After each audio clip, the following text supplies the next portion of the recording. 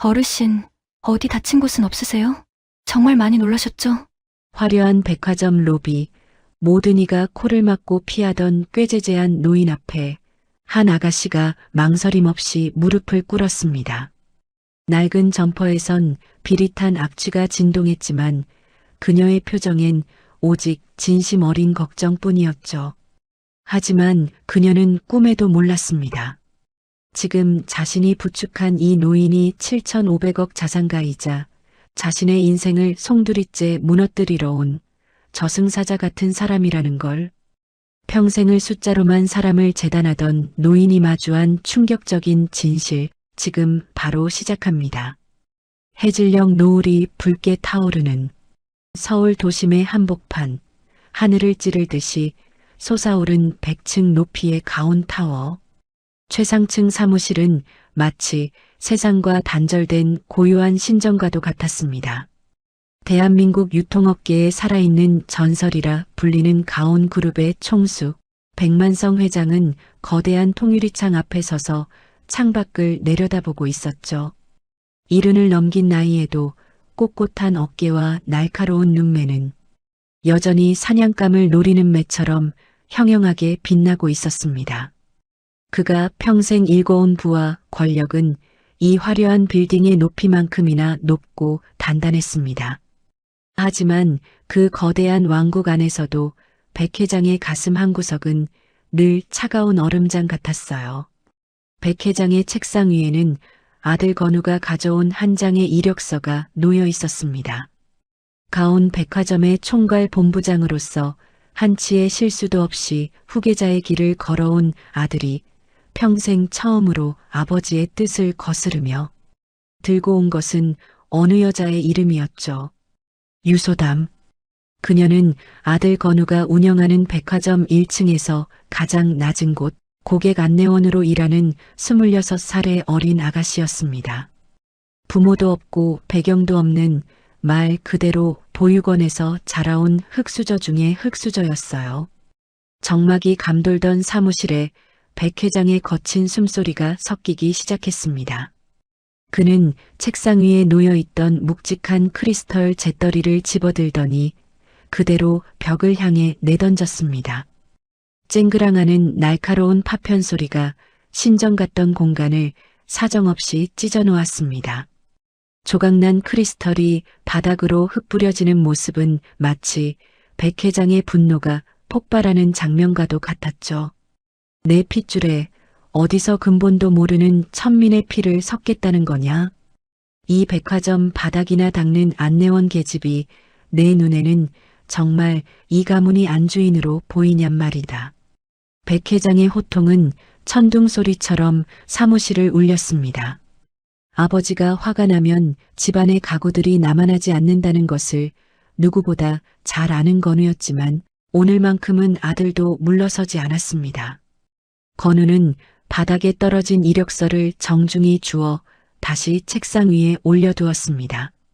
그리고는 떨리지만 아주 명확한 목소리로 아버지에게 대답했죠. 아버지가 평생 쌓아 올린 이 성벽 안에서는 돈 냄새만 가득하지만 그 사람의 마음에서는 사람 냄새가 납니다. 배경이라는 껍데기가 아니라 그 사람 속에 든 진짜 알맹이를 한 번만 봐주십시오. 직접 확인하시기 전에는 저는 절대로 포기 못합니다. 아들의 대답은 백 회장의 속을 더 뒤집어 놓았습니다. 평생을 숫자로 사람을 재단하고 돈으로 가치를 매기며 살아온 그에게 사람 냄새니 알맹이니 하는 말들은 배부른 소리처럼 들렸을 뿐이었죠. 백 회장은 비웃음을 섞으며 자리에서 일어났습니다. 그리고는 덜덜 떨리는 손으로 전화기를 낚아챘습니다. 비서실이지? 당장 백화점 1층 안내 데스크에 유소담이라는 아이 있지? 그년 당장 해고해. 지금 당장 짐 싸서 내보내란 말이야. 백 회장의 독단적인 지시에 건우가 달려와 수화기를 뺏어들었습니다. 건우의 눈에도 눈물이 맺혀 있었지만 그 눈빛은 아버지보다 더 단단하게 타오르고 있었어요. 아버지, 만약 소담 씨를 해고하시는 순간 저도 가온 그룹의 후계자 자리를 미련 없이 내려놓겠습니다. 아버지가 그렇게 소중히 여기시는 이 회장 자리보다 그 사람의 진심이 저에겐 더 귀하니까요. 저는 이 집을 나가 소담 씨와 바닥부터 다시 시작할 겁니다. 건우의 배수진에 백 회장은 숨이 턱 막히는 기분이었습니다. 평생 자신의 말이라면 법처럼 따르던 외아들이 이름도 모르는 계집아이 하나 때문에 수조원의 재산을 포기하겠다고 선언한 것이었죠. 백 회장은 머리가 어지러운지 책상을 짚으며 거칠게 숨을 몰아쉬었습니다. 자식 이기는 부모 없다지만 백 회장은 이대로 아들을 빼앗길 수는 없었습니다. 그는 잠시 눈을 감고 차가운 이성으로 머리를 굴리기 시작했죠. 보육원 출신들이 흔히 쓰는 수법이야. 내 재산을 보고 꼬리치는 불효시한테 눈이 멀어도 단단히 멀었구나. 그래, 좋다. 네가 그렇게 원한다면 내가 직접 그 아이의 밑바닥을 보지. 그 알맹이라는 게 얼마나 시꺼먼 가식인지 내 눈으로 직접 확인해 주마. 백 회장의 입가에 비릿한 미소가 번졌습니다. 그는 이미 수많은 사업가를 무너뜨리고 사람의 약점을 잡아 왕국을 건설한 베테랑이었죠. 어린 여자애 하나 무너뜨리는 것쯤은 일도 아니라고 생각했습니다. 딱 일주일이다. 일주일 동안 내가 직접 가서 그 아이의 본성을 시험하겠다. 만약 내 예상대로 그 아이가 돈에 눈이 멍가짜라면 그때는 내 손으로 직접 그 아이를 쫓아내고 다시는 내 앞에 그 이름을 꺼내지도 마라. 어떠냐 할 수 있겠느냐? 건우는 잠시 망설였지만 소담의 진심을 누구보다 믿었기에 고개를 끄덕였습니다. 백 회장은 금고를 열어 낡은 열쇠 하나를 꺼냈습니다. 그것은 그가 가장 초라했던 시절 건설 현장을 전전하며 입었던 낡은 점퍼가 보관된 비밀 수납장의 열쇠였어요. 내가 그 아이의 인생을 지옥으로 만들어주마. 가난의 냄새가 얼마나 지독한지 그 아이가 그 냄새를 맡고도 너를 사랑한다고 말할 수 있을지 두고 보자꾸나. 백 회장의 서슬 퍼런 선전포고와 함께 100층 높이의 사무실에는 다시 차가운 정적이 내려앉았습니다. 붉은 노을은 어느덧 어둠에 먹혀버렸고 백 회장의 얼굴에는 알 수 없는 냉혹함만이 가득했죠. 아들을 지키기 위해서라는 명분으로 시작된 이 위험한 시험이 어떤 파장을 불러올지 그때는 그 누구도 짐작하지 못했습니다. 백 회장은 창밖의 화려한 야경을 보며 속으로 중얼거렸습니다. 돈이면 안 되는 게 없는 세상에서 그까짓 진심이 얼마나 버틸 수 있을지 비웃으면서 말입니다. 그렇게 아버지는 아들의 연인을 무너뜨리기 위한 잔인한 시나리오를 짜기 시작했습니다. 가장 화려한 백화점 로비에 세상에서 가장 초라한 모습으로 나타나 그 천사 같다는 아가씨의 가면을 사정없이 벗겨버리겠다는 일념 하나로 백 회장의 밤은 깊어만 갔습니다. 시계 초침 소리가 유난히 크게 들리던 그 밤 가온 그룹의 거대한 운명은 이미 요동치고 있었습니다. 건우는 집무실을 나서며 복도 끝에 서서 밤하늘을 보았습니다. 소담의 얼굴을 떠올리며 그녀가 이 가혹한 시험을 이겨내주길 간절히 빌고 또 빌었습니다. 하지만 백 회장의 가슴속에는 오직 승리뿐이었죠. 아들의 눈을 뜨게 해주겠다는 그릇된 확신이 훗날 자신의 인생을 어떻게 송두리째 바꿔놓을지. 꿈에도 모른 채 백 회장은 낡은 점퍼를 꺼내 들었습니다. 시아버지가 될지도 모르는 사람과 며느리가 될지도 모르는 사람의 지독하고도 처절한 첫 번째 조우는 그렇게 화려한 신전의 파열음 속에서 싹을 틔우고 있었습니다. 낡은 점퍼 속에 7,500억이라는 거대한 진실을 감춘 채 노숙인으로 분장할 준비를 마친 백 회장의 눈동자는 그 어느 때보다 서늘하게 가라앉아 있었습니다. 이제 곧 가온 백화점의 화려한 대리석 바닥 위에 세상에서 가장 추악한 연극이 시작될 참이었죠. 아들 건우의 선전포고를 들은 백 회장은 집무실 한쪽에 숨겨진 비밀 수납장의 문을 천천히 열었습니다. 그곳에는 화려한 회장님의 삶과는 전혀 어울리지 않는 30년도 더 된 낡고 해진 점퍼 한 벌이 걸려 있었죠. 백 회장은 평생의 상징과도 같았던 값비싼 명품 시계를 미련 없이 풀어 책상 위에 내려놓았습니다. 그리고는 그 낡은 점퍼를 걸쳐 입었지요. 일부러 퀴퀴한 냄새가 푹 배게 한 옷이었기에 걸치자마자 코끝을 찌르는 악취가 진동을 했습니다. 거울 속에는 대한민국을 호령하는 거물이 아니라 당장이라도 길거리에 주저앉아도 이상할 게 없는 초라한 노숙인 한 명이 서 있었습니다. 백 회장은 거친 손등에 일부러 흙먼지를 묻히고 손톱 밑에는 검은 때가 끼게끔 분장을 마쳤어요. 며칠간 깎지 않아 삐죽삐죽 돋아난 거친 수염과 헝클어진 머리 위로 낡은 벙거지 모자를 깊게 눌렀었죠. 준비를 마친 그는 수행 비서도 물리친 채 홀로 지하 주차장을 빠져나와 버스에 몸을 실었습니다. 평생 타본 적 없는 대중교통의 덜컹거림 속에서 백 회장은 아들이 사랑한다는 그 아가씨의 밑바닥을 어떻게 끄집어낼지 끊임없이 머리를 굴렸습니다. 드디어 가온 백화점의 정문에 도착한 백 회장은 잠시 숨을 고르고 안으로 발을 들였습니다. 문이 열리자마자 쏟아지는 화려한 조명과 코를 찌르는 고급 향수 냄새는 백 회장의 낡은 점퍼에서 풍기는 냄새와 지독하게도 대조를 이루었습니다.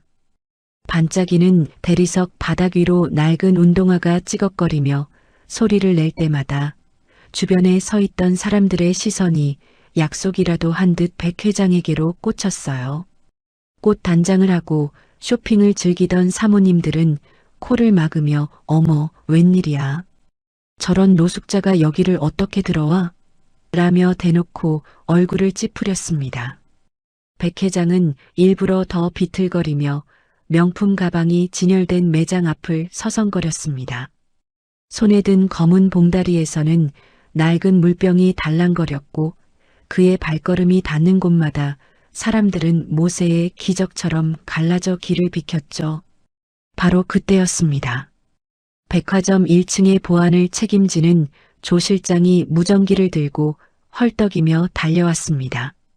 평소 VIP 손님들에게는 허리가 끊어질 듯 머리를 조아리던 조 실장이었지만 초라한 노인의 앞에서는 아나무인이 따로 없었지요. 조 실장은 백 회장의 어깨를 거칠게 밀치며 소리를 질렀습니다. 이봐요, 영감님. 여기가 어디라고 함부로 들어와서 냄새를 풍깁니까? 당장 안 나가요? 다른 손님들 불쾌해하는 거 안 보여요? 백 회장은 일부러 귀가 먹은 척하며 어눌한 목소리로 대답했습니다. 아니, 나도 물건 좀 구경하러 왔는데 날씨가 너무 추워서 잠시만 있다가 갈게요. 그 말에 조 실장은 더욱 기가 차다는 듯 백 회장의 멱살 근처를 움켜쥐며 위협했습니다. 구경은 무슨 구경? 당신 같은 사람이 살 물건은 여기 단 하나도 없어. 당장 내 발걸음 닿는 곳에서 사라지지 않으면 경찰 부를 줄 알아요. 어디서 더러운 손으로 우리 백화점 바닥을 더럽히고 있어. 조 실장의 폭언은 로비 전체에 울려 퍼졌고 주변에 있던 사람들은 혀를 차며 구경만 할 뿐 누구 하나 말리는 이가 없었습니다. 백 회장은 속으로 비웃음을 삼켰죠. 그래, 이게 바로 세상의 진짜 민낯이지. 라고 생각하며 말입니다.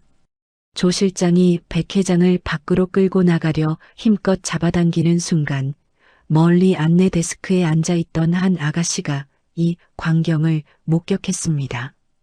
바로 아들 건우가 입이 마르도록 칭찬했던 유소담이었어요.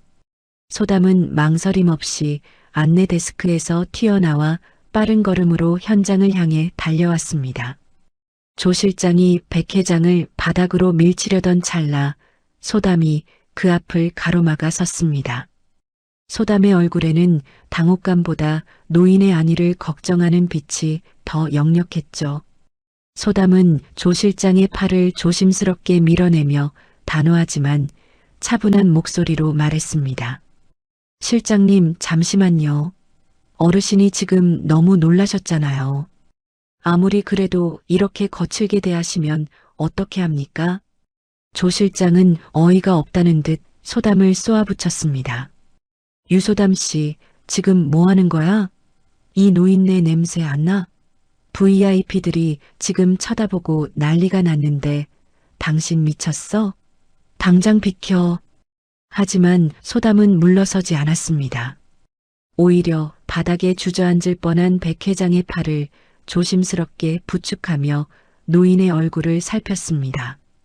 소담의 손길은 백 회장의 거친 피부와 더러운 점퍼를 전혀 개의치 않는 듯 보였어요. 실장님, 우리 백화점 매뉴얼 첫 번째가 뭡니까? 손님의 격을 따지기 전에 찾아주신 모든 분의 존엄을 지키는 것 아닙니까? 어르신이 지금 길을 잃으신 것 같은데 제가 잘 안내해 드릴 테니 실장님은 그만 가보세요. 소담의 일침에 조 실장은 얼굴이 불그락푸르락하며 씩씩거렸습니다. 주변의 시선이 부담스러웠던지 조 실장은 삿대질을 하며 마지막 경고를 날렸죠. 좋아, 유소담 씨. 당신이 책임져야 해. 이 영감탱이가 사고치거나 손님들한테 항해 들어오면 오늘부로 당신 짐 쌀 줄 알아. 알았어? 조 실장이 무전기를 내동댕이 치듯 휘두르며 자리를 뜨자 로비에는 싸늘한 공기만 남았습니다. 백 회장은 고개를 푹 숙인 채 소담의 눈치를 보았습니다. 소담은 오히려 낡은 손수건을 꺼내 백 회장의 옷에 묻은 먼지를 털어주며 따뜻하게 물었습니다. 어르신, 어디 다친 곳은 없으세요? 정말 많이 놀라셨죠? 제가 진심으로 대신 사과드릴게요. 너무 마음 쓰지 마세요. 소담의 목소리는 은은한 종소리처럼 백 회장의 귓가를 맴돌았습니다. 평생을 갑으로 살아오며 수많은 아첨꾼의 목소리를 들어왔지만 이토록 조건 없는 친절과 걱정이 담긴 목소리는 백 회장에게도 참으로 오랜만이었습니다. 백 회장은 고개를 숙인 채 입가에 묘한 미소를 지었습니다. 그래, 이제 시작이구나.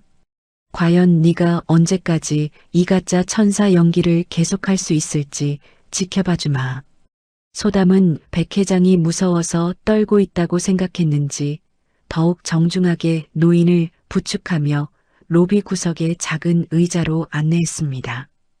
백 회장의 낡은 운동화가 대리석을 긁는 소리가 유난히 크게 들리던 그 오후 가온 백화점의 화려한 로비에서는 세상에서 가장 지독하고도 아름다운 시험의 첫 막이 올라가고 있었습니다.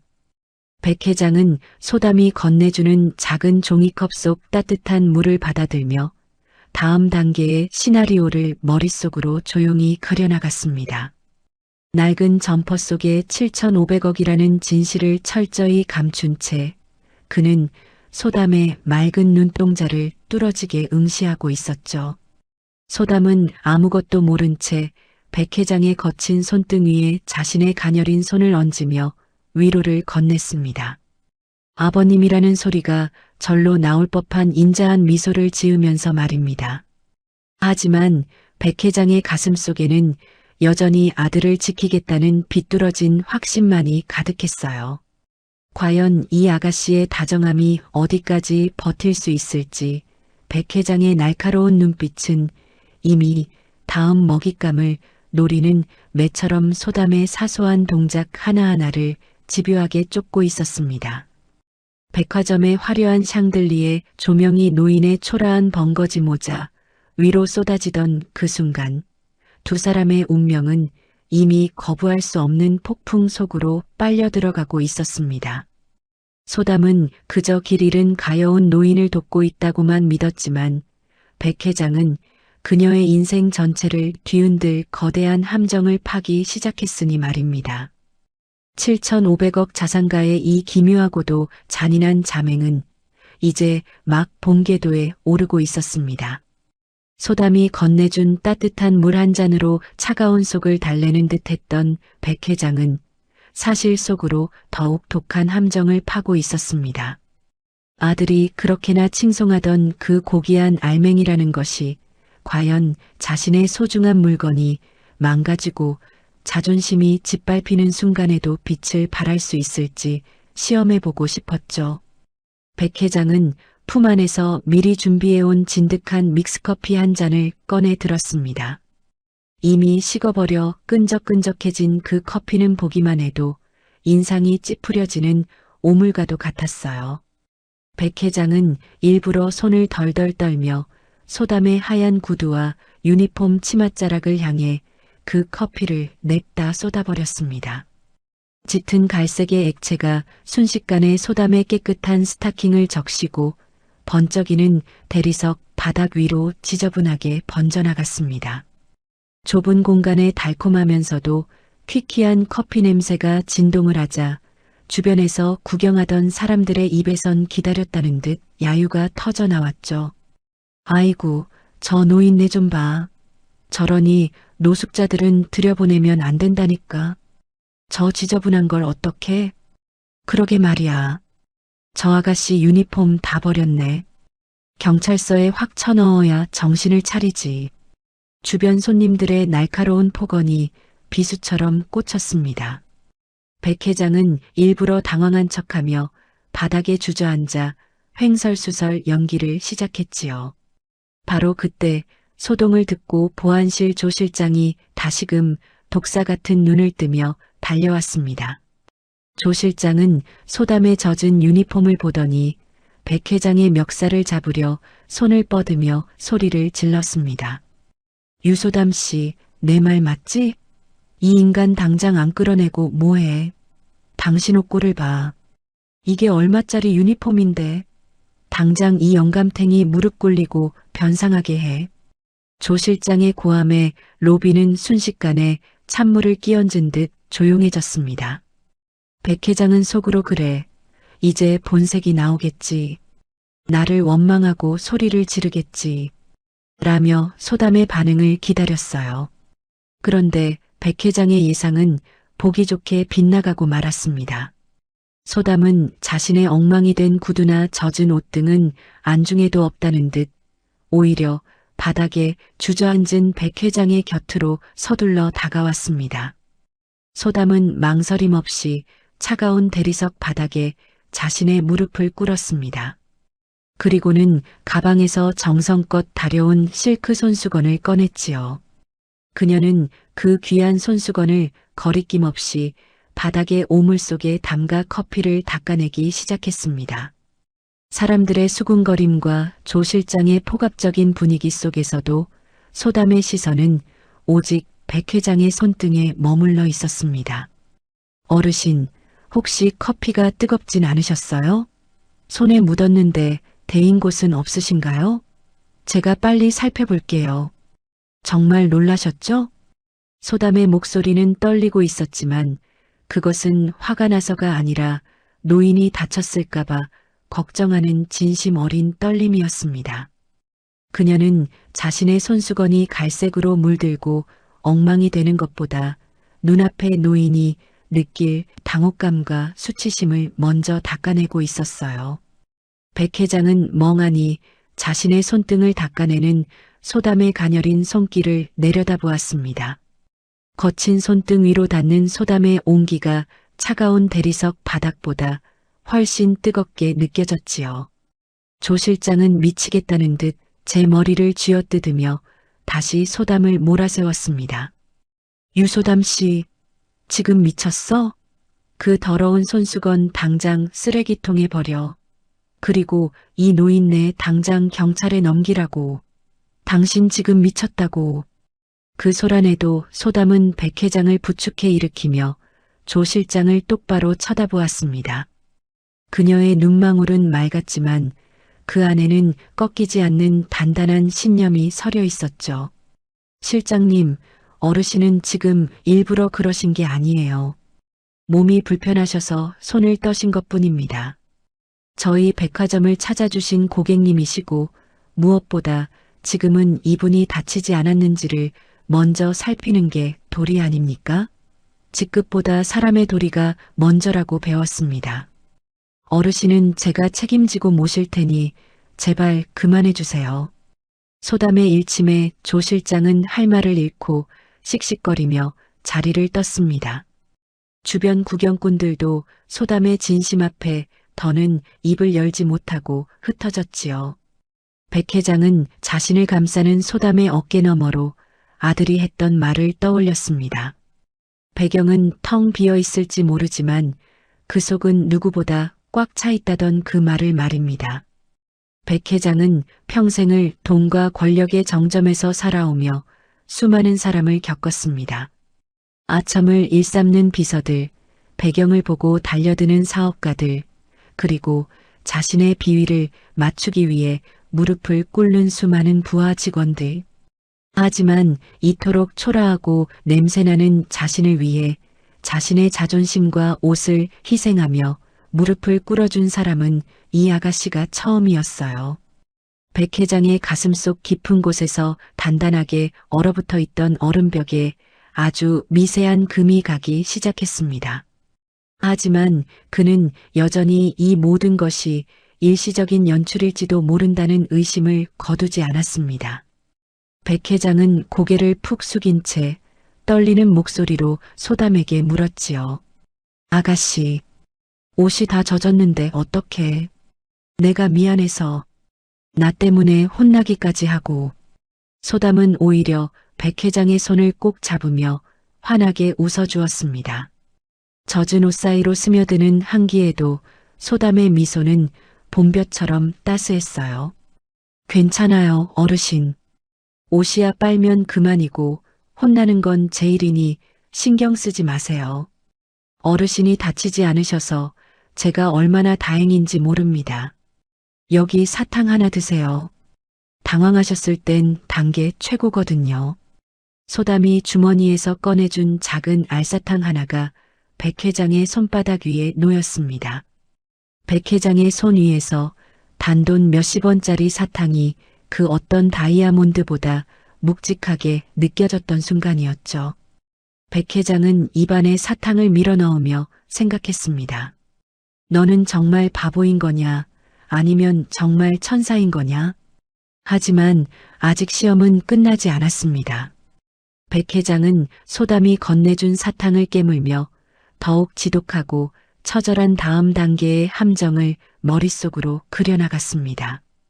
진심이라는 게 정말 존재한다면 그 바닥 끝까지 긁어보겠다는 백 회장의 고집스러운 눈빛은 여전히 차가운 빛을 잃지 않고 있었죠. 화려한 가운 백화점의 로비, 젖은 유니폼을 입은 채 노인을 웃으며 배웅하는 소담의 뒷모습 위로 백 회장의 잔인한 시나리오는 이제 막 중반부를 향해 달려가고 있었습니다. 커피 얼룩이 진 유니폼을 입은 채 노인에게 환한 미소를 지어 보였던 소담은 그 길로 보안관리실 조 실장에게 불려가게 되었습니다. 화려한 백화점의 뒷공간, 창문 하나 없는 삭막한 관리실 안은 밖의 화려함과는 딴판인 차가운 냉기만 감돌고 있었죠. 조 실장은 책상을 쾅쾅 내리치며 금방이라도 소담을 잡아먹을 듯 험악한 표정을 지었습니다. 유소담 씨, 지금 제정신이야? 백화점 이미지가 밥 먹여줘? 그 노숙자 하나 때문에 지금 VIP 손님들이 불쾌하다고 난리가 났어. 당장 사유서 쓰고 이번 달 월급에서 10% 감봉이야. 알았어? 조 실장의 목소리는 쩌렁쩌렁 울리며 소담의 어깨를 짓눌렀습니다. 보통 사람 같으면 억울해서 눈물부터 흘리거나 잘못했다고 빌었겠지만 소담은 오히려 차분하게 고개를 숙였습니다. 그녀의 젖은 스타킹에서는 여전히 퀴퀴한 커피 냄새가 올라오고 있었지만 소담의 목소리만큼은 흔들림 없이 단단했지요. 실장님, 징계는 달게 받겠습니다. 하지만 어르신께 다시는 오지 말라고 사과를 받아내라는 말씀은 따를 수 없습니다. 그분은 우리 백화점에 오신 고객님이시고 몸이 불편하셨을 뿐입니다. 제가 더 세심하게 살피지 못한 제 잘못이지 그분의 잘못이 아니니까요. 소담의 대답에 조 실장은 어이가 없다는 듯 뒷목을 잡았습니다. 당장이라도 해고장을 날릴 기세로 씩씩거렸지만 소담은 그저 묵묵히 고개를 숙여 인사를 하고 방을 나왔습니다. 복도를 걷는 소담의 뒷모습은 가냘팠지만 그 걸음걸이에는 꺾이지 않는 자존감이 실려 있었죠. 휴게실로 돌아오자 동료 안내원들이 소담을 애워쌌습니다. 다들 걱정스러운 표정으로 한마디씩 거들었지요.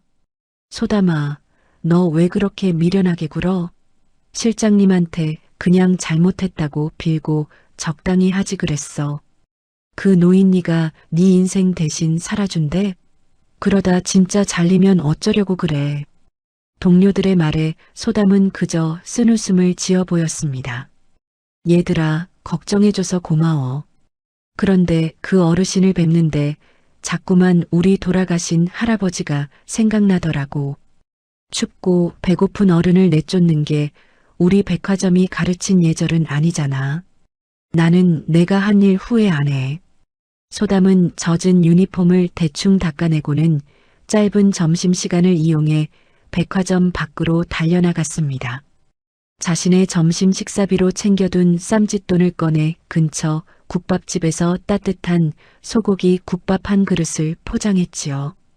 김이 모락모락 나는 국밥 봉지를 품에 소중히 안고 소담이 향한 곳은 백화점 뒤편의 낡은 벤치였습니다. 그곳에는 백 회장이 여전히 초라한 모습으로 웅크리고 앉아 있었어요. 찬바람에 어깨를 잘게 떨며 지나가는 사람들의 눈치를 보는 척 연기를 하고 있었지만 사실 백 회장은 소담이 정말 자신을 다시 찾으러 올지 조마조마한 마음으로 기다리고 있었죠. 소담이 멀리서 달려오는 것을 본 백 회장은 일부러 고개를 돌려 외면하는 척했습니다. 어르신, 여기 계셨네요. 날씨가 너무 춥죠? 제가 따뜻한 국밥 하나 사왔어요. 식기 전에 어서 드세요. 소담은 벤치 옆에 무릎을 굽히고 앉아 정성스럽게 포장 용기를 열었습니다. 진한 고기 국물 냄새가 백 회장의 코끝을 자극했지요. 수조원의 자산을 굴리는 그였지만 화려한 호텔 코스 요리보다 지금 눈앞에 어린 아가씨가 건네는 10,000원짜리 국밥 한 그릇이 훨씬 더 묵직하게 다가왔습니다. 백 회장은 일부러 숟가락을 집어 던지듯 투박하게 굴며 소담을 쏘아붙였습니다. 이런 거 준다고 내가 고마워할 줄 알아? 너 나중에 나한테 돈 뜯어내려고 수작 부리는 거지? 나 돈 한 푼도 없어. 백 회장의 가시돋친 말에 소담은 상처받을 법도 했지만 오히려 백 회장의 차가워진 손을 자기 손으로 감싸주며 따스하게 웃어주었습니다. 어르신, 돈 바라고 드리는 거 아니니까 걱정 마세요. 제가 할아버지가 일찍 돌아가셔서 어르신 뵈니까 그냥 마음이 쓰여서 그래요. 돈 대신 나중에 건강해진 모습으로 저한테 사탕 하나 주시면 그걸로 충분합니다. 어서 드세요. 속이 따뜻해야 감기 안 걸리시죠. 소담은 주머니에서 사탕 하나를 더 꺼내 국밥 옆에 살며시 놔두었습니다. 백 회장은 할 말을 잃고 멍하니 소담을 바라보았습니다. 세상에 이런 바보가 어디 있을까 싶으면서도 가슴 한구석에서 뜨거운 무언가가 울컥하고 치밀어 올랐죠. 아들 건우가 왜 그토록 이 아가씨를 지키려 했는지 백 회장은 조금씩 그 이유를 알 것도 같았습니다. 하지만 백 회장은 이내 마음을 다잡았습니다. 평생을 사람을 의심하며 살아온 그였기에 이 모든 것이 단 일주일만 버티면 되는 연극일지도 모른다는 생각을 버릴 수 없었지요. 백 회장은 국밥을 입안에 밀어넣으며 속으로 다짐했습니다. 그래, 여기까지는 누구나 할 수 있는 선행일지 몰라. 하지만 내 인생이 통째로 흔들리는 순간에도 과연 이 다정함을 유지할 수 있을까?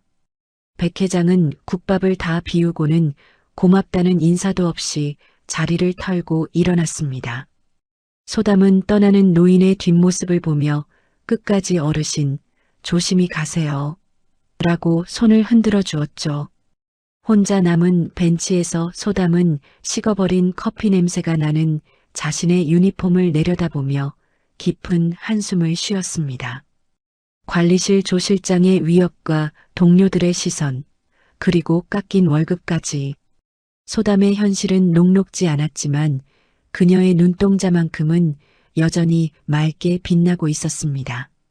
백 회장은 백화점을 벗어나 멀리서 소담을 지켜보았습니다.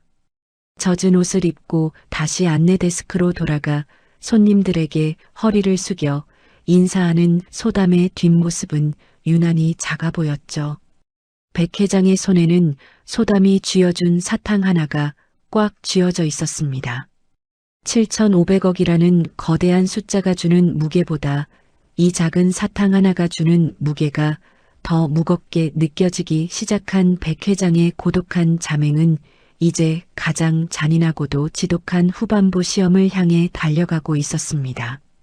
태양은 서서히 저물어 백화점의 화려한 유리창을 붉게 물들이고 있었습니다. 소담은 피곤한 기색 없이 환하게 손님을 맞이하고 있었지만 백 회장은 이미 다음 날 그녀가 맞이하게 될 거대한 폭풍을 준비하고 있었지요. 진심이라는 것이 과연 실제하는지 아니면 그저 가난한 자들의 자기 위안일 뿐인지 확인하기 위한 백 회장의 마지막 시나리오는 이제 가장 어두운 밤을 지나고 있었습니다. 백화점의 화려한 샹들리에가 하나둘 꺼지기 시작하고 손님들이 빠져나간 로비에는 고요한 정막이 내려앉았습니다. 젖은 유니폼을 입은 채 종일 서 있었던 소담은 다리가 퉁퉁 부어올랐지만 마지막까지 웃음을 잃지 않고 안내 데스크 주변을 정리하고 있었어요. 한편 멀리서 이 모습을 지켜보던 시아버지 백 회장은 소담에게 줄 마지막 독한 함정을 준비했습니다.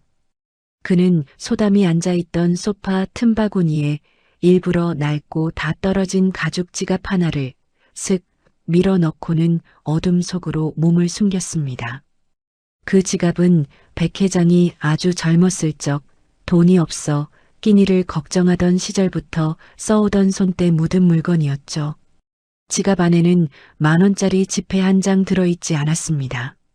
오직 백 회장이 세상에서 가장 사랑했던 지금은 고인이 된 아내와 어린 시절의 남친 건우가 함께 찍은 빛바랜 흑백 사진 단 한 장만이 들어있었어요. 백 회장은 과연 소담이 돈 한 푼 없는 이 지갑을 어떻게 대할지 그 본성을 끝까지 파헤쳐보기로 한 것이었습니다. 마침 로비를 순찰하던 보안실 조실장이 소파 틈에 끼어있는 지갑을 먼저 발견했습니다. 조실장은 입꼬리를 비죽거리며 지갑을 낚아채더니 돈이 들어있을까 싶어 허겁지겁 안을 뒤졌습니다. 하지만 지갑 안에서 나온 것은 낡은 사진 한 장뿐이었죠. 조 실장은 퇴하고 침을 뱉는 신용을 하며 지갑을 쓰레기통으로 던져버렸습니다. 에이, 재수 없어. 그 노인네가 흘리고 간 모양이네. 돈 한 푼도 없는 쓰레기를 왜 흘리고 가고 난리야? 유소담 씨, 이거 당장 치워버려. 조 실장의 거친 명령에 소담은 쓰레기통 쪽으로 다가갔습니다. 버려진 지갑을 조심스레 집어든 소담은 지갑 안에 낡은 사진을 보고 그만 숨이 멎는 것 같았습니다. 사진 속 아내분은 인자하게 웃고 있었고 어린 남편은 엄마의 손을 꼭 잡고 있었죠. 비록 종이는 너덜너덜해지고 색은 바랬지만 사진에서 뿜어져 나오는 가족의 온기는 소담의 가슴을 뜨겁게 적셨습니다. 실장님, 이건 쓰레기가 아니에요. 이 어르신께는 전 재산보다 귀한 보물일지도 몰라요. 사진 속 가족분들을 보세요. 얼마나 소중하게 간직하셨으면 이렇게 손때가 묻었겠어요. 소담의 말에 퇴근을 서두르던 동료 안내원들이 하나둘 모여들었습니다. 동료들은 피곤한 듯 소담을 타박하며 말했어요. 소담아, 너 또 시작이야? 그 노인네 돈 한 푼도 없어 보였잖아. 지갑도 다 찢어진 걸 뭐하러 챙겨? 그냥 버려. 오늘 조 실장한테 깨지고 월급까지 깎였는데 아직도 정신 못 차렸니? 동료들의 조롱 섞인 충고에도 소담은 지갑의 먼지를 조심스레 털어내어 가방 안에 깊숙이 넣었습니다. 소담은 사진 속 아이의 눈망울을 보며 지금쯤 이 소중한 기억을 잃어버리고 밤거리를 헤매고 있을 노인을 생각하니 마음이 미어졌습니다. 보육원에서 자라며 가족의 사진 한 장 갖지 못했던 소담에게 누군가의 가족 사진은 세상 그 무엇과도 바꿀 수 없는 가치였기 때문이었죠. 얘들아, 돈이 전부가 아니잖아. 이 어르신한테는 이 사진이 살아가는 이유일 수도 있어. 내가 이 지갑을 찾아드리지 않으면 오늘 밤 어르신이 얼마나 우실지 생각하니까 도저히 그냥 못 가겠어. 소담의 단호한 태도에 동료들은 혀를 차며 먼저 백화점을 빠져나갔습니다. 홀로 남은 로비에서 소담은 젖은 구두를 다시 고쳐 신었습니다. 온종일 서 있느라 발바닥이 타들어가는 것 같았지만 소담은 지갑을 품에 꼭 안고 CCTV실로 달려갔습니다. 어르신이 어느 방향으로 가셨는지 확인하기 위해서였죠. CCTV 화면 속의 시아버지 백 회장은 구부정한 자세로 백화점 정문을 나가 어두운 골목으로 사라지고 있었습니다. 소담은 그 뒷모습을 눈에 담으며 서둘러 밖으로 뛰어나갔습니다. 찬바람이 옷깃을 파고들고 어둠이 짙게 깔렸지만 소담의 머릿속에는 오직 그 가여운 노인에게 소중한 기억을 돌려주어야 한다는 생각뿐이었습니다. 백 회장은 백화점 건너편 어두운 골목길에 숨어 소담의 행동을 지켜보고 있었습니다. 그는 설마 소담이 돈도 안 되는 지갑을 찾으러 이 추운 밤에 밖으로 나올 거라고는 생각지도 못했죠. 하지만 저 멀리서 가냘픈 몸으로 숨을 헐떡이며 거리의 노인들을 이리리 붙잡고 묻는 소담의 모습이 보이기 시작했습니다. 혹시 이렇게 생긴 벙거지 모자 쓴 어르신 못 보셨나요? 낡은 점퍼 입으신 분인데. 가로등 불빛 아래서 소담이 사진을 꺼내 보여주며 사람들에게 묻는 소리는 애절하기까지 했습니다. 백 회장은 그 모습을 보며 알 수 없는 감정에 휩싸였어요. 평생 돈을 위해 사람을 속이고 배경을 따져가며 살아온 자신과는 너무나도 다른 세상의 사람을 보고 있는 것 같았기 때문이었죠. 소담은 편의점 사장님에게도 길가에 리어카를 끄는 할아버지에게도 지갑의 주인을 묻고 또 물었습니다. 자신의 무릎이 까진 줄도 모르고 젖은 스타킹이 얼어붙어 살갗을 찌르는 통증도 잊은 채 소담은 밤거리를 헤맸습니다. 시아버지 백 회장은 그런 소담을 보며 속으로 중얼거렸습니다. 너는 대체 무엇을 위해 이토록 미련하게 구는 것이냐? 그 낡은 가죽 조각이 너에게 무슨 이득을 준다고. 백 회장의 가슴 한편에는 여전히 옥이 섞인 의심이 남아 있었지만 다른 한편에서는 이름 모를 뜨거운 눈물이 고이기 시작했습니다. 돈으로 환산할 수 없는 가치가 정말로 존재한다는 것을 저 가여운 아가씨가 온몸으로 증명하고 있었으니까요. 소담의 밤은 그렇게 깊어갔고 그녀의 진심은 차가운 도심의 골목마다 따스한 온기를 남기고 있었습니다. 소담은 지갑을 품에 안고 다시 한번 힘차게 골목 끝으로 달려갔습니다. 어르신이 계실지도 모르는 그곳을 향해서 말이죠. 어느덧 도심의 밤거리는 매서운 칼바람과 함께 갑작스러운 진눈깨비가 흩날리기 시작했습니다. 기온이 뚝 떨어지면서 길바닥은 금세 얇은 얼음판으로 변했고 사람들은 저마다 옷깃을 여미며 집으로 발걸음을 재촉했지요. 하지만 얇은 유니폼 위에 낡은 가디건 하나만 걸친 소담은 추위도 잊은 채 골목마다 노인의 흔적을 찾아 헤매고 있었습니다. 소담의 머리카락 위로 내려앉은 진눈깨비가 녹아내려 이마를 타고 흘러내렸지만 그녀는 소매로 툭 닦아낼 뿐 걸음을 멈추지 않았습니다. 한편 시아버지 백 회장은 따뜻한 온기가 감도는 길가 카페 창가 자리에 앉아 이 모든 광경을 지켜보고 있었습니다. 그는 따뜻한 찻잔을 두 손으로 감싸쥐고 있었지만 마음만큼은 여전히 차갑게 식어 있었죠. 창밖에서 파랗게 질린 얼굴로 뛰어다니는 소담을 보며 백 회장은 혀를 끌차며 속으로 중얼거렸습니다. 저 미련한 계집아이 같으니라고. 돈 한 푼 안 생기는 그 낡은 가죽 지갑이 뭐라고 이 밤중에 저 난리를 치는 건지. 우리 건우가 정말 저런 바보 같은 모습에 반한 거란 말이냐. 그때였습니다. 골목 모퉁이를 급하게 돌던 소담이 빙판길에 그만 발을 헛디디고 말았습니다.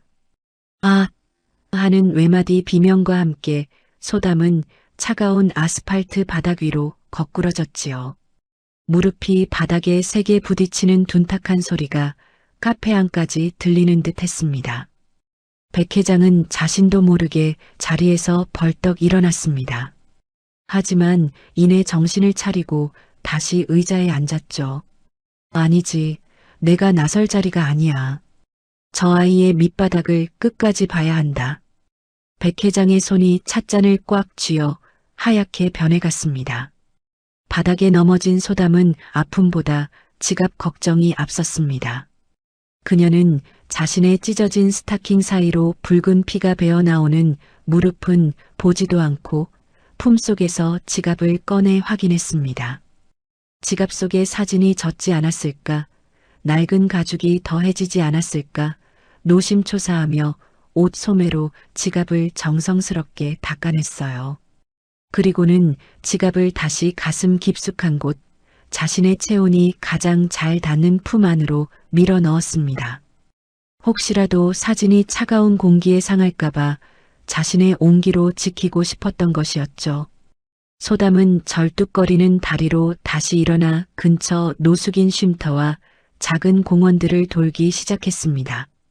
그녀는 만나는 사람마다 사진을 보여주며 애절하게 물었습니다. 혹시 이 사진 속에 아주머니를 닮은 가족을 찾고 계시는 어르신 못 보셨나요?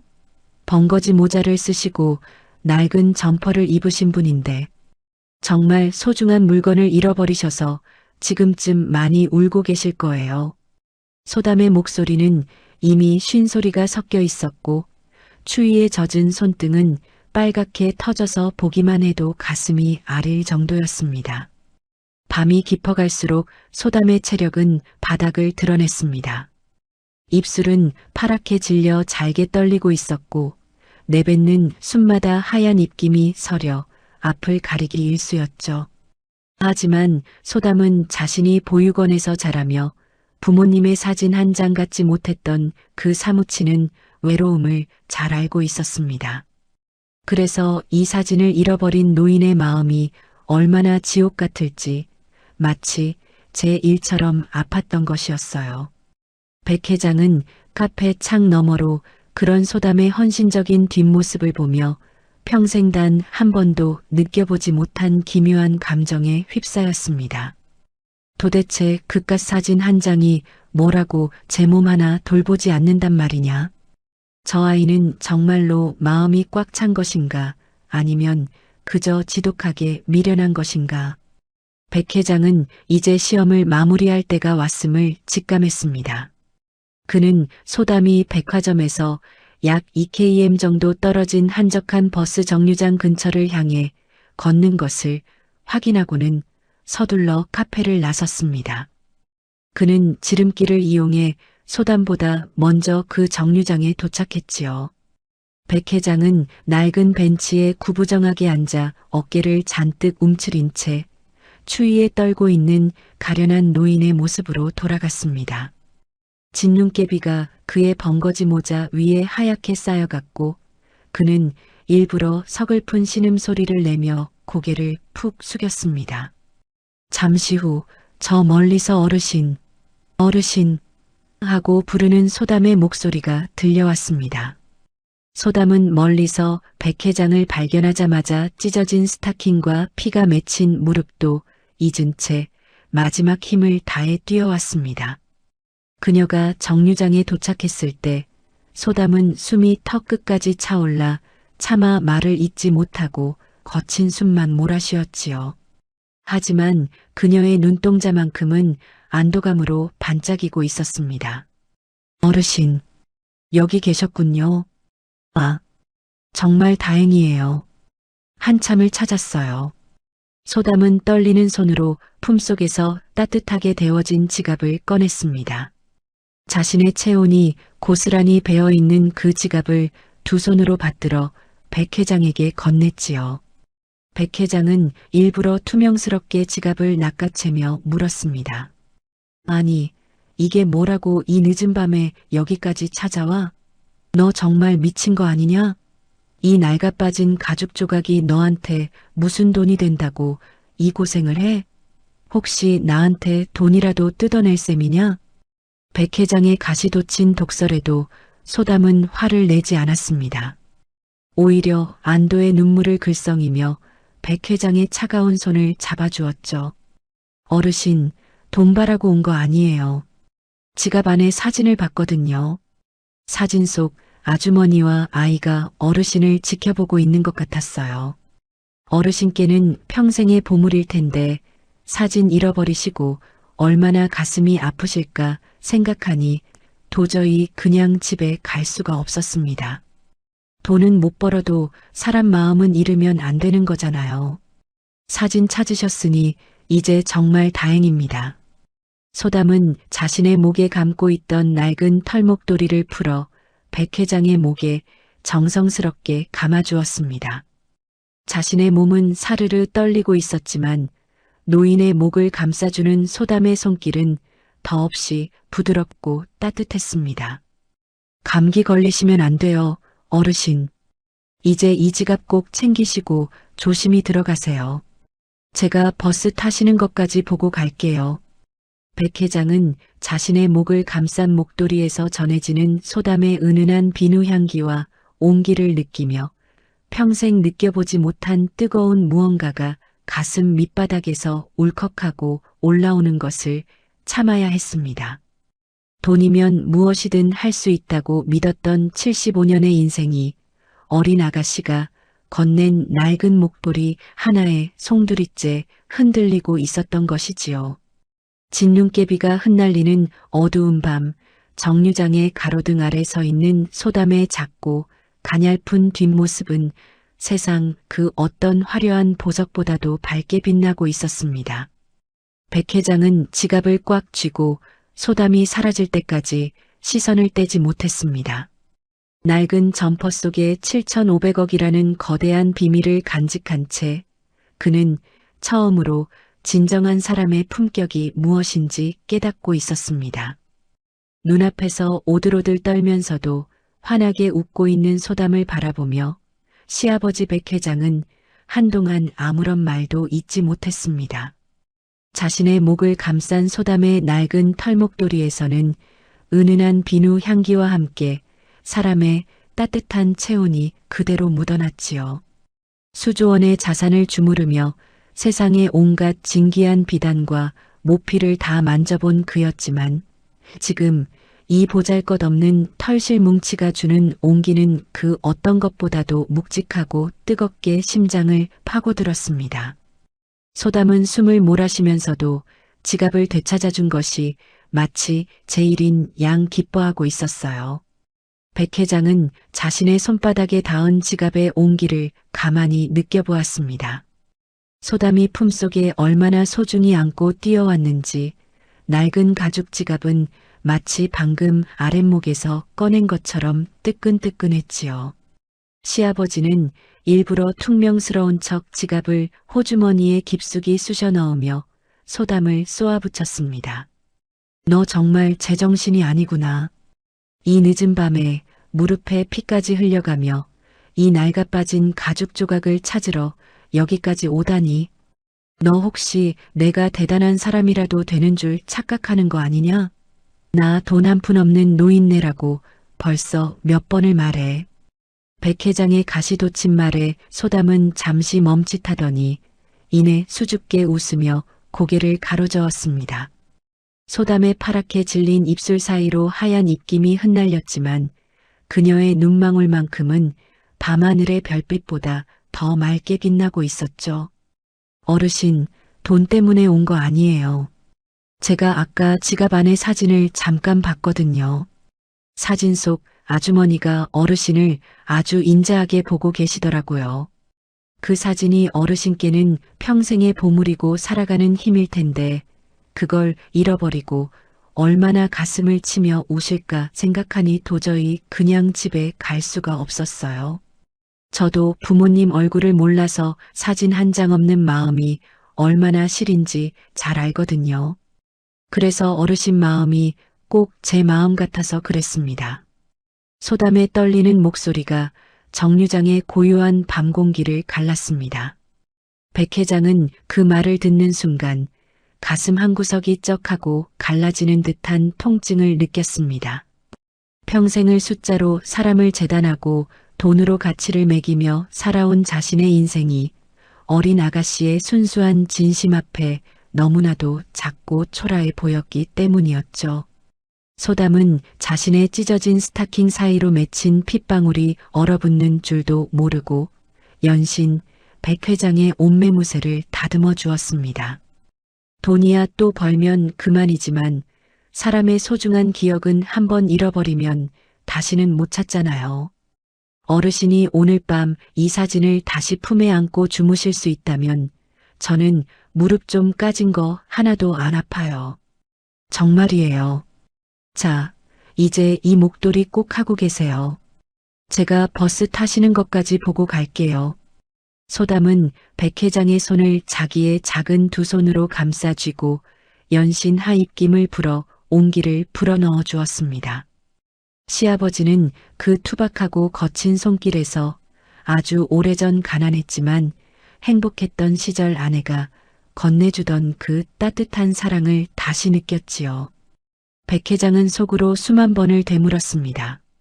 건우야, 네가 말한 알맹이가 정말 이런 것이었느냐? 가난한 자들이 가진 가장 위대한 유산이 바로 이 진심이었단 말이냐? 잠시 후 멀리서 버스의 전조등 불빛이 다가왔습니다. 소담은 버스가 멈춰 서자 백 회장의 팔을 부축해 계단 앞까지 안내했지요. 백 회장은 버스에 올라타면서도 끝내 고맙다는 말 한마디를 건네지 못했습니다. 미안함과 감동, 그리고 자신의 오만함에 대한 부끄러움이 뒤섞여 목구멍이 꽉 막혀버렸기 때문이었죠. 버스 뒷자리에 앉아 창밖을 내다보니 소담은 버스가 보이지 않을 때까지 정류장에 서서 손을 흔들어주고 있었습니다. 찬바람에 가녀린 어깨를 잔뜩 움츠린 채 목도리도 없이 서 있는 소담의 뒷모습은 백 회장의 눈가에 뜨거운 눈물을 고이게 했습니다. 75년 평생을 얼음처럼 차갑게 살아온 노인의 눈에서 흐른 눈물은 소담이 준 목도리 위로 툭 하고 떨어졌습니다.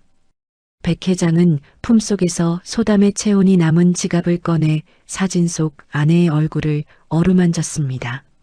여보, 당신이 보고 있었소? 저 아이가 당신처럼 나를 지켜줬구려. 내가 참 못난 사람이었소. 백 회장은 버스 안에서 소담의 목도리를 코끝에 대고 깊게 숨을 들이마셨습니다. 거기에는 지독한 가난의 냄새가 아니라 사람을 귀하게 여길 줄 아는 숭고한 향기가 가득했지요. 한편 소담은 버스가 떠난 뒤에도 한참 동안 정류장에 서서 기도를 드렸습니다. 어르신이 오늘 밤 무사히 사진을 보며 행복하게 주무시게 해주세요. 라고 말입니다. 소담은 절뚝거리는 다리를 이끌고 다시 어두운 밤길을 걸어 자신의 작은 자취방으로 향했습니다. 추위와 통증이 몰려왔지만 그녀의 마음만큼은 세상 누구보다 부유한 부자가 된 것처럼 벅차올랐습니다. 돈으로는 절대 살 수 없는 사람의 마음을 지켰다는 그 뿌듯함이 소담의 유일한 재산이었으니까요. 백화점의 화려한 샹들리에보다 더 밝게 빛나는 소담의 진심이 차가운 도심의 겨울밤을 조금씩 녹여가고 있었습니다. 낡은 점퍼 속의 7,500억이라는 숫자는 이제 백 회장에게 아무런 의미가 없었습니다. 그는 이제야 비로소 아들이 왜 그토록 이 여자를 사랑했는지, 그리고 자신이 평생 놓치고 살아온 진짜 보물이 무엇인지 깨닫고 있었죠. 시아버지 백 회장의 잔인했던 시험은 이제 가장 뜨거운 참회와 용서의 눈물로 변해가고 있었습니다. 밤하늘의 진눈깨비는 어느덧 먹고 구름 사이로 희미한 달빛이 소담의 앞길을 비추고 있었습니다. 웅장하고도 처절했던 그 밤은 그렇게 진심의 승리로 막을 내리고 있었지만 내일 아침 백화점에서 벌어질 거대한 폭풍은 아직 아무도 짐작하지 못하고 있었습니다. 시아버지 백 회장은 목도리를 매만지며 내일 소담을 다시 만날 그 순간을 손꼽아 기다리고 있었습니다. 이번에는 노숙인이 아닌 가온 그룹의 총수로서 그녀 앞에 서기 위해서 말이지요. 다음 날 아침 가온 백화점의 화려한 유리문이 열리자마자 소담은 여느 때와 다름없이 안내 데스크 앞에 섰습니다. 밤새 진눈깨비를 맞으며 돌아다닌 탓에 온몸은 매를 맞은 것처럼 쑤시고 빙판길에 넘어졌던 무릎은 걸을 때마다 찌릿한 통증을 몰고 왔지요. 소담은 혹여나 손님들이 눈치챌까봐 찢어진 스타킹 안에 살구색 밴드를 여러 겹 붙이고 얼굴에는 억지로 생기를 불어넣으며 환한 미소를 지어 보였습니다. 하지만 파랗게 질린 입술과 헬쑥해진 안색은 숨길 수가 없었죠. 바로 그때 보안관리실의 조 실장이 독사 같은 눈을 번뜩이며 소담에게 다가왔습니다. 그는 소담의 엉망이 된 구두와 조금은 푸석해진 머리 모양을 훑어보더니 코웃음을 치며 독서를 내뱉었습니다. 유소담 씨, 꼴이 그게 뭐야? 밤새 어디 가서 노숙이라도 하고 왔어? 어제 그 노인네 뒷공문이 쫓아다니더니 결국 이 모양이구먼. 당신 때문에 백화점 물이 다 흐려진다고 손님들이 난리야. 오늘부로 짐 싸서 나갈 준비나 해. 내 인내심도 여기까지니까. 조 실장은 소담의 어깨를 거칠게 밀치며 그녀가 공들여 정리해둔 안내 리플릿을 바닥으로 흩뿌려 버렸습니다. 소담은 아픈 무릎을 굽혀 바닥에 떨어진 종이들을 줍기 시작했지요. 주변 동료들은 조 실장의 기세에 눌려 차마 도와주지 못하고 고개를 돌렸고 소담의 눈가에는 참아왔던 뜨거운 눈물이 맺혔습니다. 조 실장은 그것도 모자라 소담의 머리 위로 손을 치켜들며 소리를 질렀습니다. 어디서 눈물바람이야? 억울해? 억울하면 배경을 잘 타고나던가. 이 바닥에서 당신 같은 애들은 널리고 널렸어. 당장 꺼지지 못해. 조 실장의 손이 소담의 뺨을 향해 날아가려던 찰나였습니다. 갑자기 백화점 로비 전체에 무거운 정적이 내려앉았지요. 저 멀리 정문에서부터 검은 정장을 입은 경호원 수십 명이 일제히 길을 터기 시작했습니다. 그리고 그 중심에서 한 남자가 위험 있는 발걸음으로 걸어 들어오고 있었죠. 어제 보았던 그 낡은 점퍼의 노인은 온데간데 없었습니다. 맞춤 제작한 네이비 정장에 은은한 광택이 도는 구두, 그리고 한치의 흐트러짐도 없는 백발의 신사. 바로 가온 그룹의 총수, 시아버지 백만성 회장이었습니다. 조 실장은 갑작스러운 회장님의 등장에 혼비백산하여 치켜들었던 손을 황급히 내리고는 허리가 끊어질 듯 90도로 고개를 숙였습니다. 회장님, 예고도 없이 어쩐 일이십니까? 이쪽으로 모시겠습니다. 조 실장은 아부 섞인 웃음을 지으며 백 회장의 앞길을 막아섰지만 시아버지의 눈은 얼음장처럼 차가웠습니다. 백 회장은 조 실장을 투명 인간 취급하며 천천히 소담의 앞으로 다가갔습니다.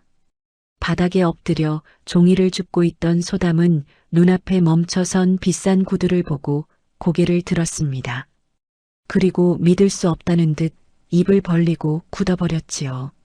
어제 자신이 국밥을 사주고 목도리를 감싸주었던 그 가여운 노인이 바로 이 거대한 백화점의 주인이라는 사실에 소담은 숨이 멎는 것 같았습니다. 백 회장은 품 안에서 소담이 어제 찾아주었던 그 낡은 가죽 지갑을 꺼냈습니다.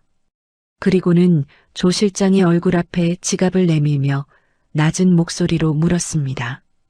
조 실장이라고 했나? 어제 네가 쓰레기통에 던졌던 이 지갑이 정말 쓰레기로 보이나? 내 아내의 얼굴이 담긴 이 지갑이? 시아버지의 서슬 퍼런 목소리에 조 실장은 얼굴이 흑빛으로 변했습니다. 무릎을 덜덜 떨며 뒤로 자빠질 뻔한 조 실장을 백 회장의 경호원이 붙들어 세웠죠. 백 회장은 소담이 감싸주었던 목도리를 만지작거리며 다시 말을 이어갔습니다. 사람을 겉모습으로 재단하고 약한 자에게 폭력을 휘두르는 자는 내 백화점에 있을 자격이 없다. 자니가 어제 이 아이에게 했던 모욕들 내가 다 기억하고 있네. 자네는 오늘부로 해고야. 당장 내 건물에서 나가게. 조 실장은 회장님 살려주십시오. 제가 몰라 뵙고 그랬습니다. 라며 바닥을 기며 빌었지만 백 회장은 눈길조차 주지 않았습니다. 경호원들에게 끌려나가는 조 실장의 비참한 뒷모습을 보며 로비에 있던 모든 직원은 숨을 죽였지요. 백 회장은 이제 소담에게로 시선을 돌렸습니다. 소담은 여전히 바닥에 주저앉은 채 멍하니 백 회장을 올려다보고 있었습니다. 시아버지는 허리를 굽혀 소담의 손을 잡아 일으켜 세웠습니다. 어제 그 거칠었던 노인의 손이 아니었지만 소담을 잡아주는 따스한 온기만큼은 어제와 똑같았지요. 백 회장은 소담의 밴드가 붙은 무릎을 잠시 응시하더니 가슴 한구석이 욱신거리는 것을 느꼈습니다. 그는 비서에게 무언가를 지시한 뒤 소담의 귓가에 작게 속삭였습니다. 아이야, 어제는 참 고마웠다. 네가 찾아준 건 지갑이 아니라 내 잃어버린 양심이었어. 무릎이 많이 아프겠구나. 어서 가서 치료받고 오늘은 일찍 퇴근하도록 해라. 소담은 눈물이 왈칵 쏟아져 대답조차 제대로 하지 못했습니다. 백 회장은 그런 소담을 뒤로하고 백화점을 빠져나가 차에 올랐습니다.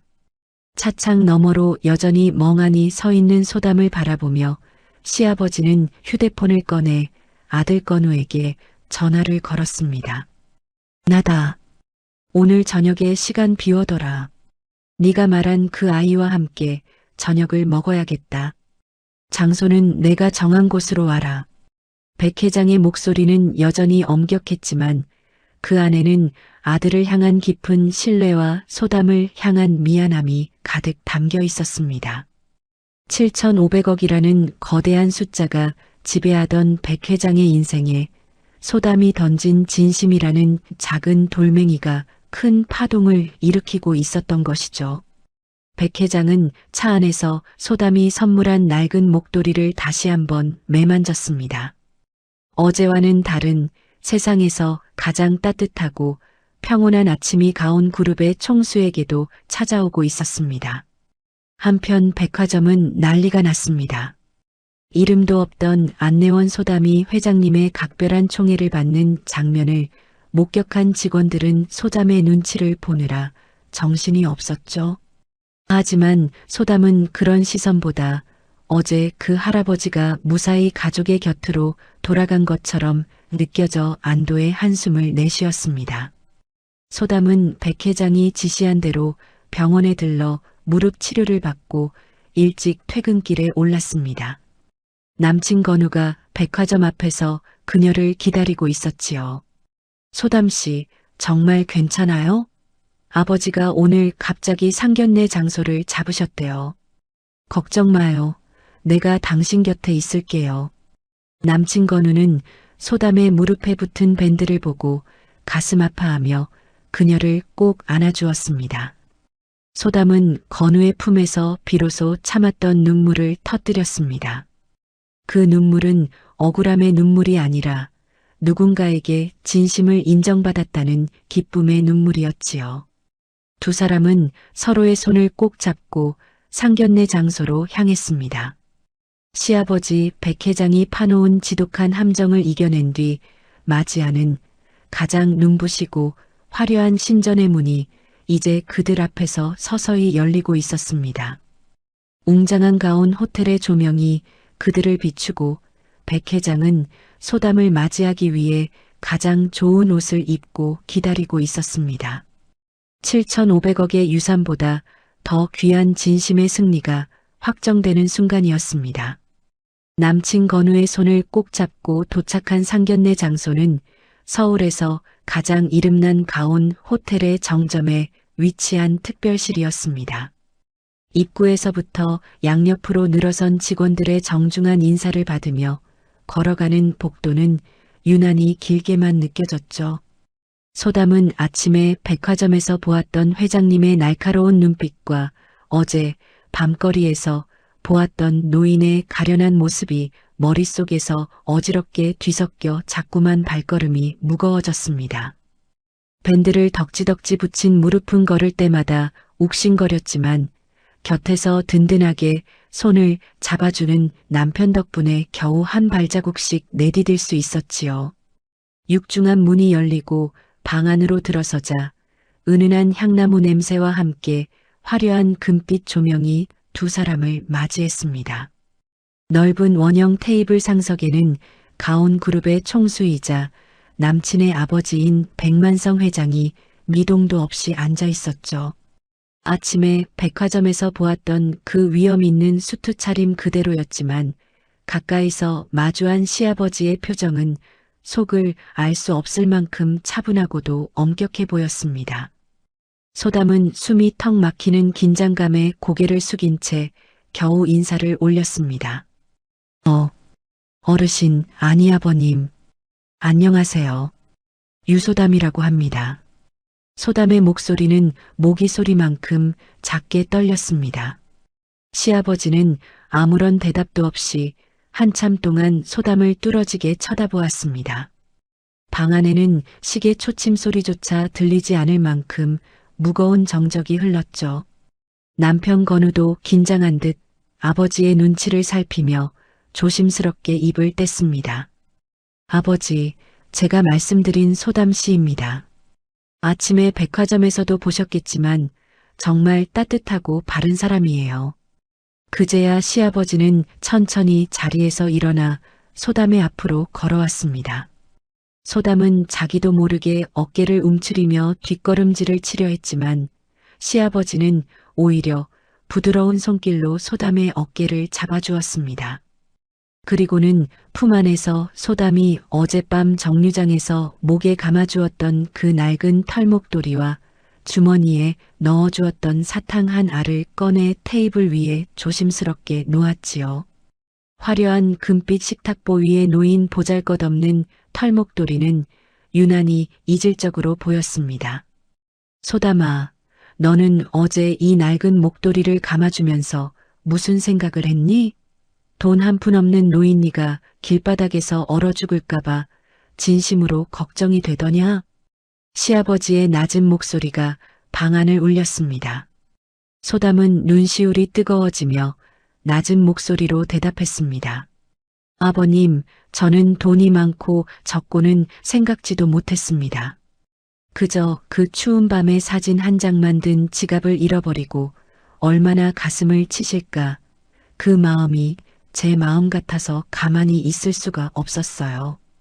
어르신이 오늘 밤은 따뜻하게 주무셔야 한다는 생각뿐이었습니다. 소담의 진심 어린 대답에 시아버지 백 회장의 눈가가 미세하게 떨리기 시작했습니다. 평생을 숫자로 사람을 재정의하고 배경이 없으면 사람 취급도 하지 않았던 자신의 지난 날이 이 어린 아가씨의 말 한마디에 산산조각이 나는 기분이었죠. 시아버지는 소담의 손을 거칠게 잡았던 자신의 오만함을 참회하듯 그녀의 작고 거친 손을 두 손으로 포개어 쥐었습니다.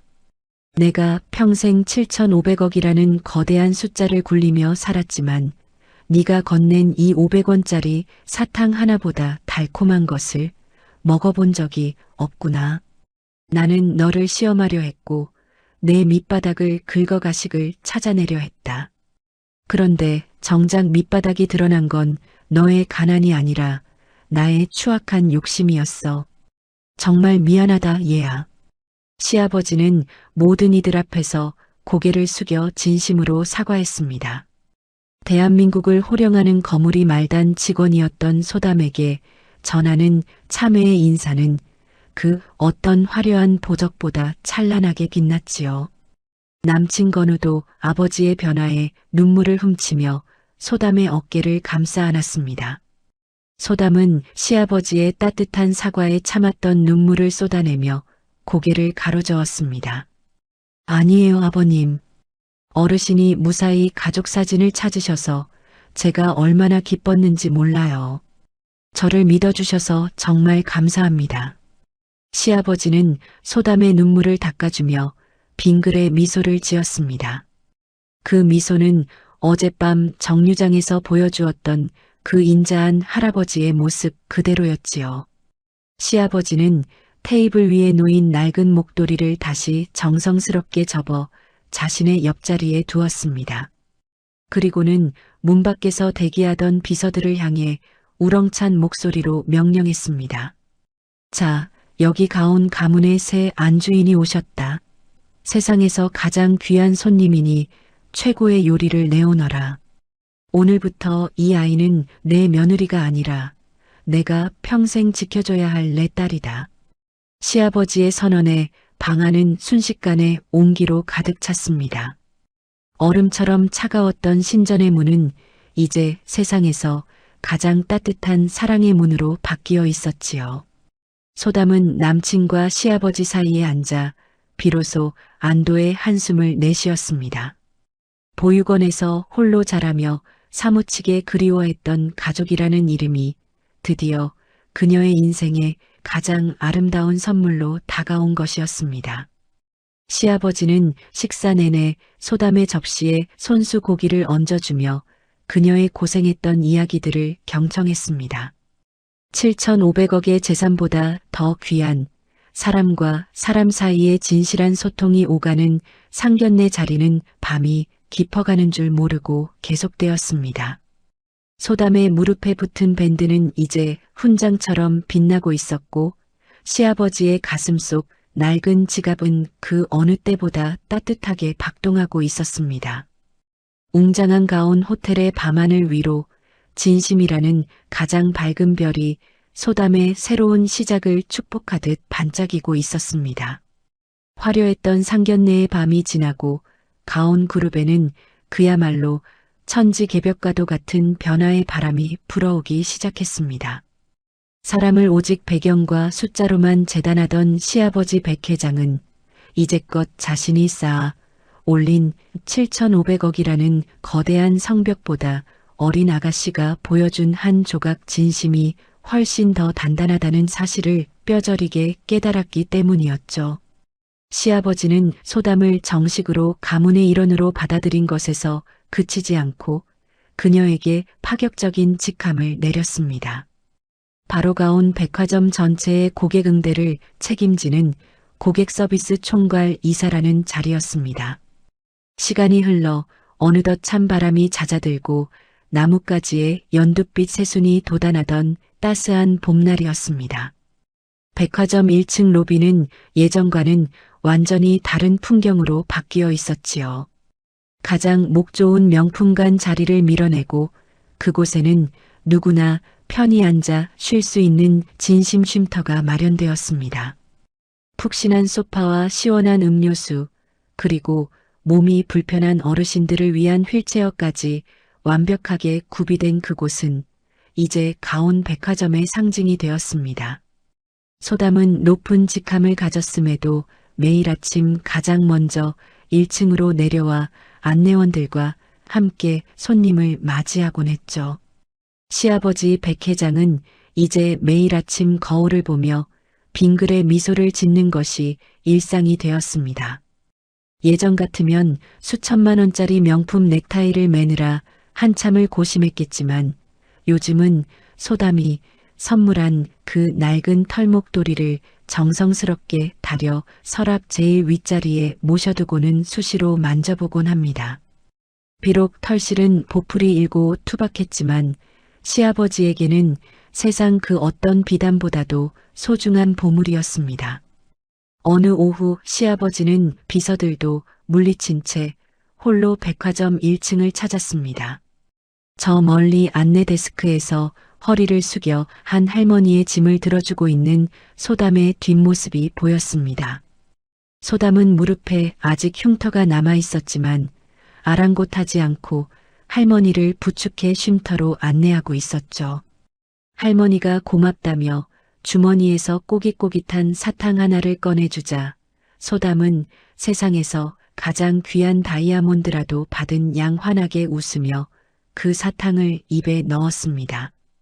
시아버지는 그 광경을 멀리서 지켜보며 건우에게 조용히 문자를 보냈습니다. 우리 아들이 정말 보석을 만났구나. 소담이가 우리 집에 온 건 조상님이 주신 가장 큰 복이다. 라고 말이죠. 건우는 아버지의 문자를 보고 집무실에서 창밖을 보며 행복한 눈물을 훔쳤습니다. 배경이 없다는 이유로 사랑하는 여자를 잃을 뻔했던 그 지옥 같던 시간들이 이제는 가장 아름다운 추억으로 변해가고 있었으니까요. 시아버지는 천천히 소담에게 다가갔습니다. 소담은 시아버지를 발견하고는 깜짝 놀라 달려와 손을 잡았지요.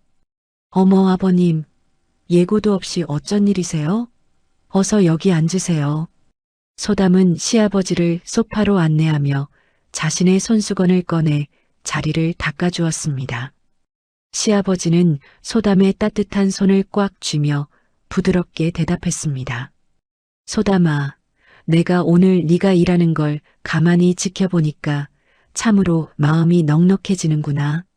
예전에 나는 이 백화점이 얼마나 많은 돈을 버는지만 중요하게 생각했지. 이곳을 찾는 사람들의 마음이 어떤지는 한 번도 살피지 않았단다. 그런데 네가 이 딱딱한 대리석 건물에 따뜻한 온기를 불어넣어줬어. 정말 고맙구나. 소담은 시아버지의 칭찬에 수줍게 웃으며 고개를 숙였습니다. 아버님, 저는 그냥 제가 할 일을 할 뿐인걸요. 누군가에게 길을 안내하는 것보다 그분의 힘든 마음을 조금이라도 안내해드리고 싶은 게 제 욕심이에요. 아버님이 믿어주신 덕분에 제가 이렇게 행복하게 일할 수 있는걸요. 시아버지는 소담의 머리를 인자하게 쓰다듬어 주었습니다. 7,500억이라는 거대한 숫자의 유산보다 소담이 보여준 진심의 유산이 가온 그룹을 더 위대하게 만들고 있다는 것을 그는 확신했습니다. 이제 가온 백화점은 더 이상 VIP들만의 성전이 아니었습니다. 소외된 이웃들이 잠시 쉬어가고 초라한 행색의 사람들도 존중받는 진정한 사람의 공간으로 거듭났지요. 그날 저녁 시아버지와 건우 그리고 소담은 한자리에 모여 오붓한 저녁 식사를 함께 했습니다. 식탁 위에는 비싼 코스 요리가 가득했지만 시아버지는 소담이 직접 끓여온 소박한 된장찌개에 밥을 2그릇이나 비웠습니다. 시아버지는 찌개에 김을 불어가며 행복하게 웃는 아들 내외를 보며 비로소 자신이 가진 진정한 재산이 무엇인지 깨달았습니다. 그것은 통장의 잔고가 아니라 사랑하는 가족과 함께 나누는 이 따뜻한 식탁의 온기였지요.